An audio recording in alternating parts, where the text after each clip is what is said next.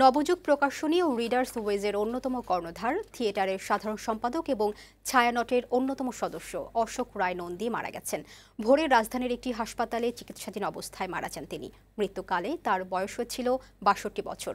সর্বস্তরের মানুষের শ্রদ্ধা নিবেদনের জন্য বেলা 12:30টায় বাংলাদেশ শিল্পকলা একাডেমি প্রাঙ্গণে রাখা হয় তার মরদেহ। সেখানে তার দেহে ফুল দিয়ে শেষ শ্রদ্ধা জানান নাট্য ব্যক্তিত্ব সহ থিয়েটারের সহকর্মী ও বন্ধুরা। এ সময় বক্তারা বলেন, নাট্যজন অশোক রায় নন্দীর মৃত্যুতে সংস্কৃতি অঙ্গনে অপূরণীয় ক্ষতি হয়েছে। এ সময় প্রয়াতের বিদেহী আত্মার শান্তি কামনায় 1 মিনিট নীরবতা পালন করা হয়।